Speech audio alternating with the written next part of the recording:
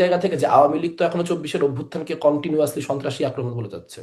যদি আমি বলি যে আওয়ামী লীগ রাজনীতি করতে পারে, আওয়ামী লীগ কি রাজনীতি করে আওয়ামী লীগকে এসে বলবে যে হচ্ছে যে না ঠিক আছে তাহলে আমরা অভ্যুত্থানের যারা ছিল অভ্যুত্থানের পুরো ঘটনাটা আসলে আমরা মেনে নিছি, আমাদেরও নানান সীমাবদ্ধতা ছিল, অভ্যুত্থানের রেজাল্ট মানে নিয়েই আমরা হচ্ছে রাজনীতি করতেছি।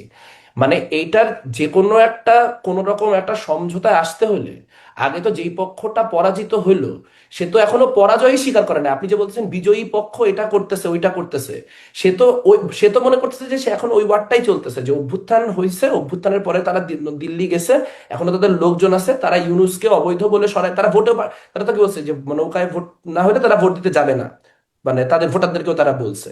সো তাদের আলটিমেট গোলটা কি, যে সামহাউ এখানে আবার একটা কোনো কাউন্টার কিছু ঘটানো যেটার মধ্য দিয়ে অভ্যুত্থানটা ইললেজিটিমেট হয়ে যায়।